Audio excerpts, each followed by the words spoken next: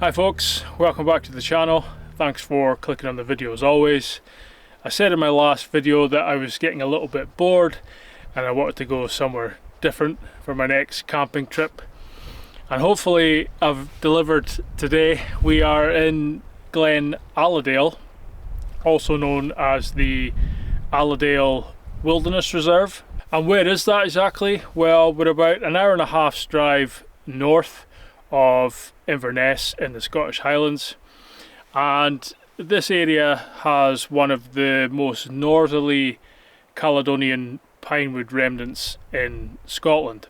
Now the core pinewood area is actually known as Amat, or the Amat pinewood group, but across the Amat estate, Glen Alladale estate and Glen Calvi, there's various sort of pinewood remnants scattered all throughout these glens.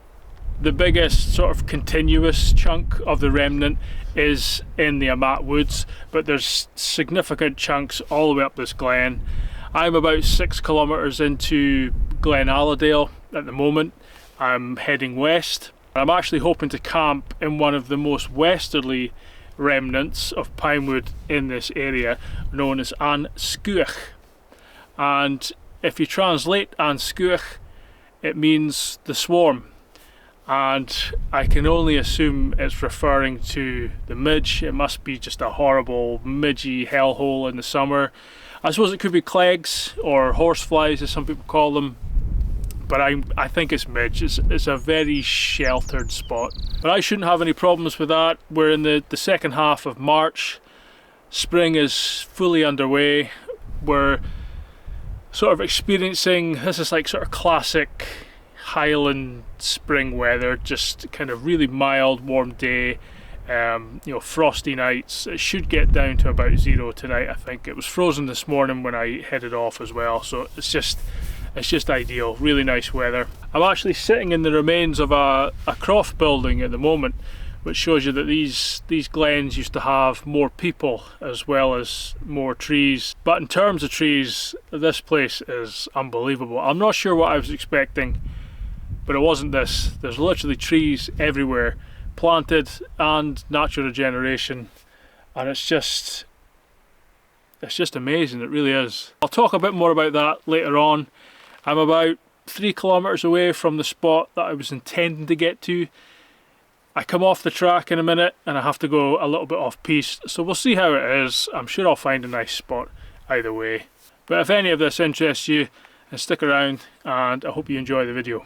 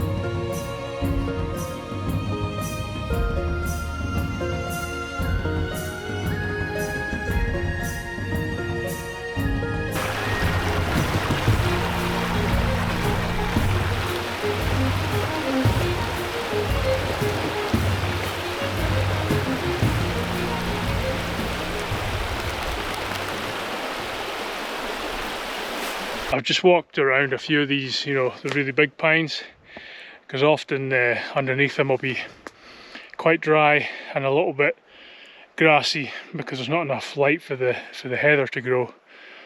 But it's all very lumpy, bumpy, and actually quite damp in all the open sort of level spots. So I think I'm just going to pick a tree back down near the river.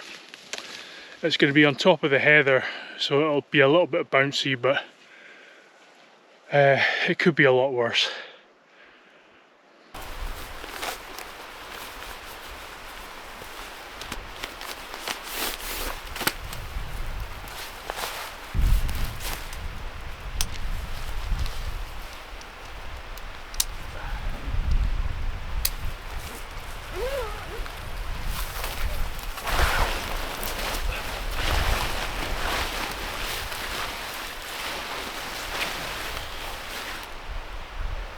Right, change of plan.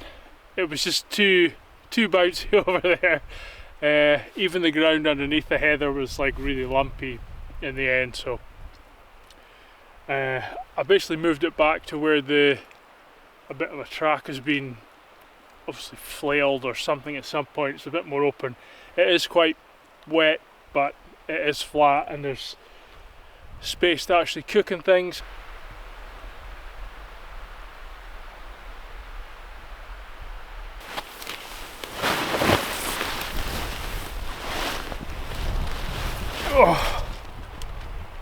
Oh, that's pretty good actually. What an incredible spot. And amazing weather as well. Although I'll tell you what, when that sun keeps dipping behind the clouds, it is chilly, and it's going to be chilly tonight, I'm sure. I've got a few new things. I've got it's actually a titanium pressure cooker pot from Keith Titanium, which I got sent. I've not used a pressure cooker system before.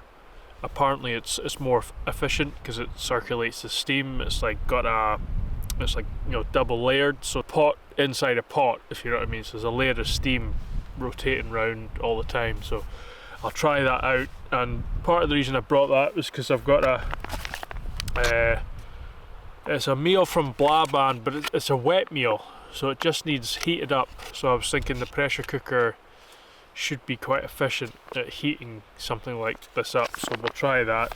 Just got this little, I don't normally like things like this, like tables and different gadgets. I mean, you can just do without it, but I got this little table from Fire Maple, and it just, one end just sits on top of your gas canister, and there's just a simple leg on the other side.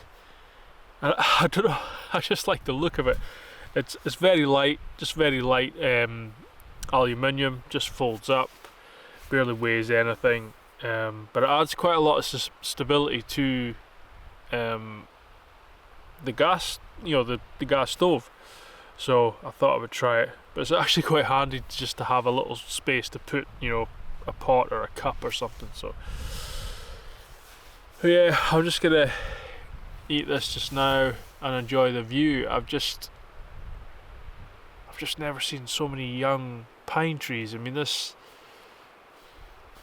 is even more impressive than some of the areas in Mar Lodge that I've seen, and that's, you know, that's saying something. As I mentioned earlier, the Pinewoods here are some of the most northerly pinewoods in Scotland, and this one's actually the second most northerly. And some of the trees here are up to 450 years old, and I think especially when I come to more remote remnants like this, I can't help but think that, you know, I mean, 450 years ago there still could have been wolves roaming these glens, and you know, this is a fairly remote spot even in, you know, modern times. But you know, back then these corners would have been so quiet and pretty much unheard of, apart from by, you know, the locals who were making a living you know, in the glen itself. You know, there could have been a pack of wolves at the head of this glen, no problem. And it would have been this same tree. You know, say this tree is 450 years old, which it easily could be, it's quite big. You know, that very same tree was here, you know, when something like that was going on. And my mind struggles to process that sometimes, because we're in such a nature depleted country in Scotland, to think that, you know, some wolves could have been just walking around here.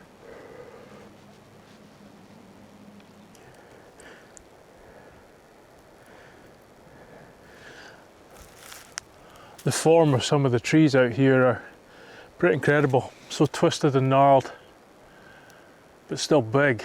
You know, this is a big tree, there's a lot of weight in it. And I always get mixed feelings in places like this, you know, like it's sad that, you know, this whole glen should be full of trees like this, but also relieved that some trees do exist, you know. So I just thought I would talk a little bit about where I am whilst I'm having a wander around here. And as I mentioned earlier, we're in the Alladale Wilderness Reserve, and Glen Alladale used to be a traditional sporting estate, like lots of these places were, and it was bought in 2003 by a philanthropist called Paul Lister, and he basically has the vision of returning this glen to as close to wilderness as possible, and that has involved a lot of fencing to begin with, as well as a lot of deer control. But to try and get that woodland regeneration, you know, really going. There's been a lot of planting here, which is different to other places like, you know, Marlodge and Glenfeshie. They've focused on reducing the deer numbers to let that regen come back. Whereas here, they've done both. There's around about 1 million trees have been planted, you know, throughout the glen.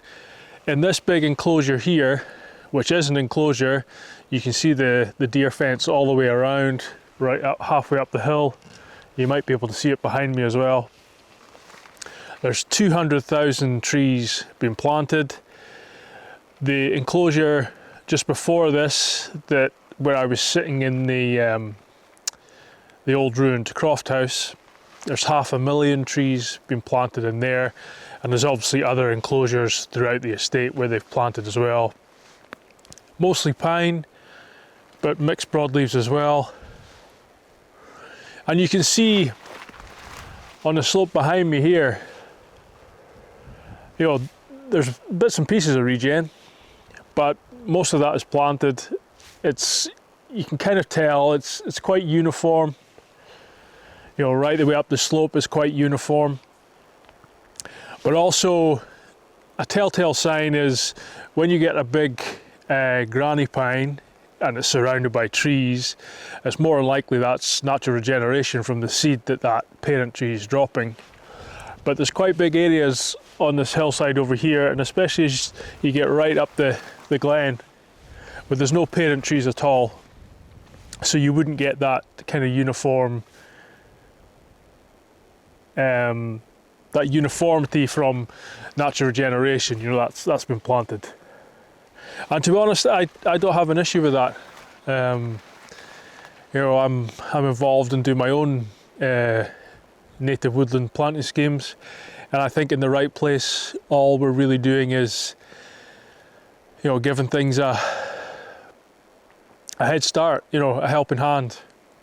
I mentioned deer and fences there, and up until 2018 they were still running sort of commercial sporting activity with regards to deer on the estate. Since 2018 that's not the case, and any deer control is fully focused on the cull with the objective of, you know, regenerating woodland, not sort of having them at densities required for sport shooting. But yeah, fences, I mean, none of this would happen without fences. It's a sad reality, you know, fences are a necessary evil, especially when your neighbours don't share the same objectives. So yeah, we wouldn't see anywhere near this number of trees without fences on the estate here. And there really is a lot of fences, you know, thousands of kilometres of fence, and that alone isn't easy. You know, you could almost have a full-time job, you know, checking fences in an area like this. It's continuous maintenance.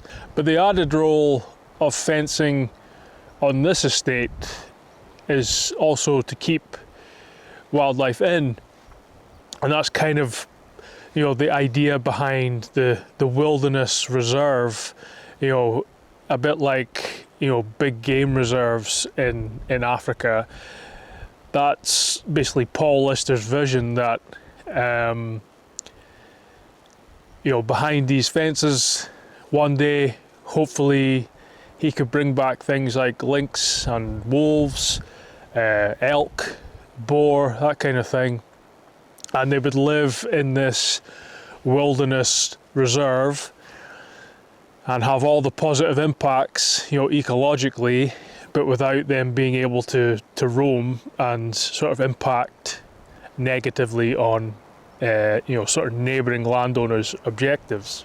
That's not straightforward, and there's lots of regulations and laws that kind of prevent that sort of thing, because you're kind of introducing, you know, live prey to predators in, you know, a restricted area, really. Even though this area is big, you know, it's still almost like a very big wildlife park. So you just can't do that. But they have done some work. You know, they've been breeding a population of wildcat in captivity here for the wildcat reintroduction project.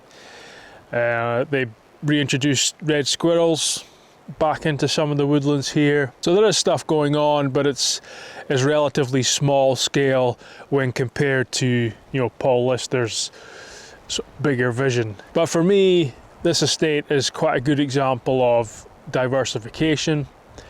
You hear a lot from, you know, traditional sporting estates that, you know, if they're not maintaining deer for sporting interests or, you know, upland sheep, then they say, you know, what else can you do? There's no other way to make money from the land. Which, to me personally, I just find that a load of nonsense. If you've got 10,000 hectares and you can't find another way to diversify and make money from that, then there's something wrong. But here at Alladale, they kind of focus on sort of high-end ecotourism. There's several lodges and places to stay. Yes, it's expensive, like very expensive, more than I'll ever be able to afford, but I'm okay with that. If people want to come here and pay that type of money, and then that money funds, you know, this kind of work, then fantastic. You know, they do a lot of sort of educational stuff, like school groups and you know, kind of corporate groups come here and learn stuff. Bear Grylls has one of his survival school things here. So lots of like education and corporate events and that kind of thing too. And you still have like your clay pigeon shooting and that kind of thing as well. And that all helps to fund what we're seeing here. And it's clearly working. And like I say, I'm not quite sure what I was expecting to see when I came out here. But it wasn't this, or certainly not on this scale. I mean, this is a little bit unbelievable for me, to be honest. I'm actually quite shocked when we start talking about sort of reintroducing, you know, apex predators to Scotland. Alladale and Paul Lister are often included in that conversation somehow, you know, because of that vision. You know, he's been quite open and honest about that's what he would like to achieve. And with recent events regarding the illegal lynx release in Scotland as well, and just seeing how much pushback there still is from especially more traditional land managers, would somewhere like Alladale be a compromise? You know, you've still got the scale, you could do all of the research, but have very little impact on, you know, neighbouring landowners.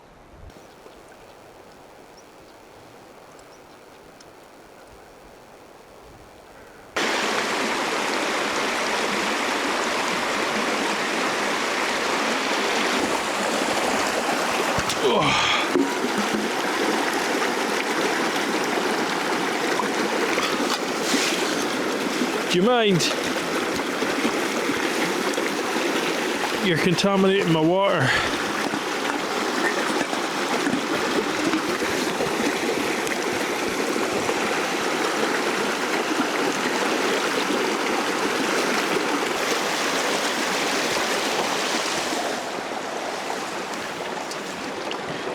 Come on in, good boy.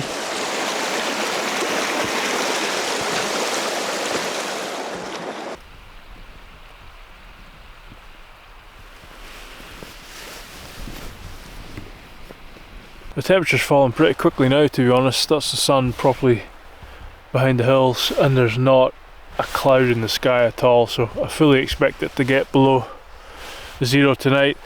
But it's about 6:30, so I'm gonna get my dinner on. Basically just gonna boil this or heat this wet meal in the pressure cooker, probably for about, I don't know, 10 minutes or something. But yeah, I thought I would just show you the inside pot just before I fill it up with water. So that's the inside. There's like little holes there where the steam and the water can circulate, but it's basically in the pot. Yeah, you can see the holes there,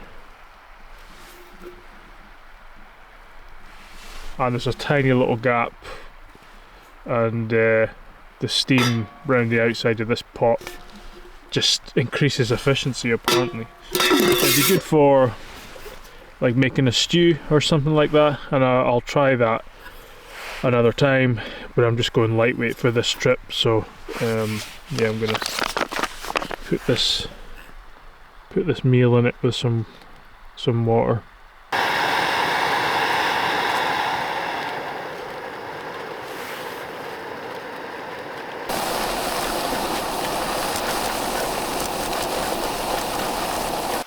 Right, that was boiling for about 10 minutes. I've just opened it. Definitely looks good.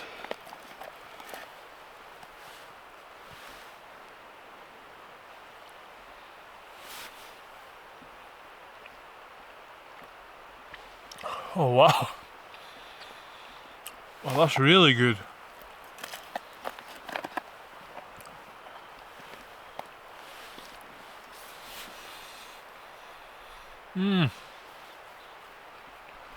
I had the Blaband dehydrated meals when I did my last hiking trip in Sweden, and a few people said they weren't that keen on them, but I think they were some of the tastiest dehydrated meals I had, so I was keen to try these.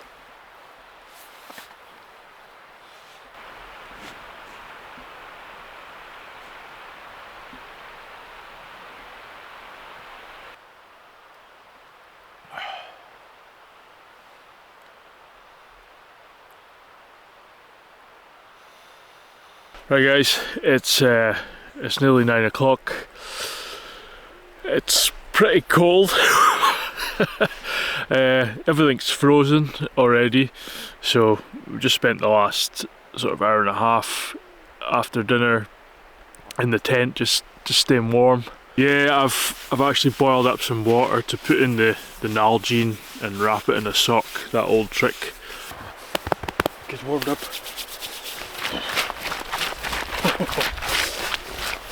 Oh yeah, get warmed up. Come on.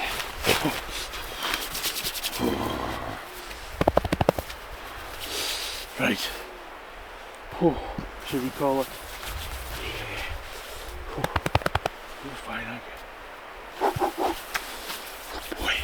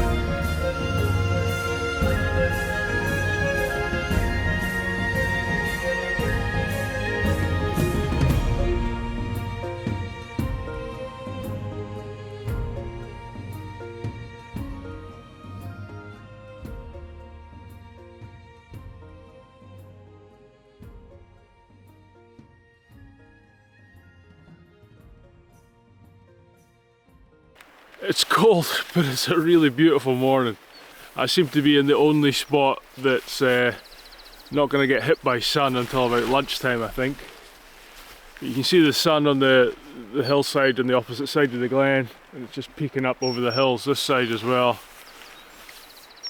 It's going to be another beautiful day. You okay in there? Huh? Is it cold?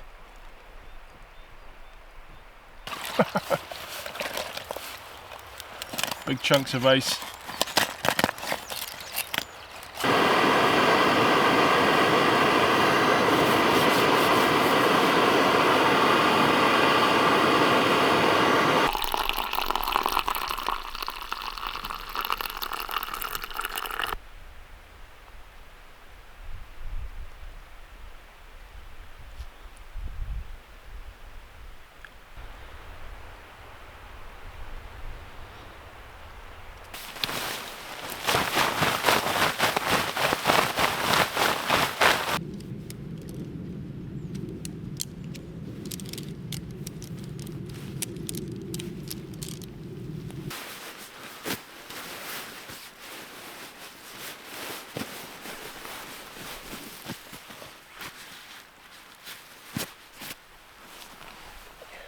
Right guys, that's me all packed up and ready to head out. When that sun hit, it was just so nice. The temperature must have gone up 10 degrees. It's actually quite pleasant now, to be honest. But yeah, thanks for watching as always. Another good trip. Glad I made the effort to come out here, but I mean essentially, you know, just over 20 years ago, before this place was bought by Paul Lister, this was essentially just a small kind of clump of Caledonian pines with some scattered pines, you know, throughout the glen as well. But very small, very fragile, quite disconnected from the bulk of the woodlands, you know, back at the east end of the glen. And essentially, you know, it was dying on its feet, like a lot of these similar remnants are, you know, across the Highlands. If conditions weren't put in place to start regeneration or planting like's been done here, we would just lose these places. You know, eventually if there's no young trees coming up, the old trees die and that's it, it's gone. So for me it's fantastic when I see an area like this pretty much coming back to life again, as cheesy as that sounds, but it's true. But I'll leave it there for now. I will hopefully see you on the next one. Right, you ready? Let's go.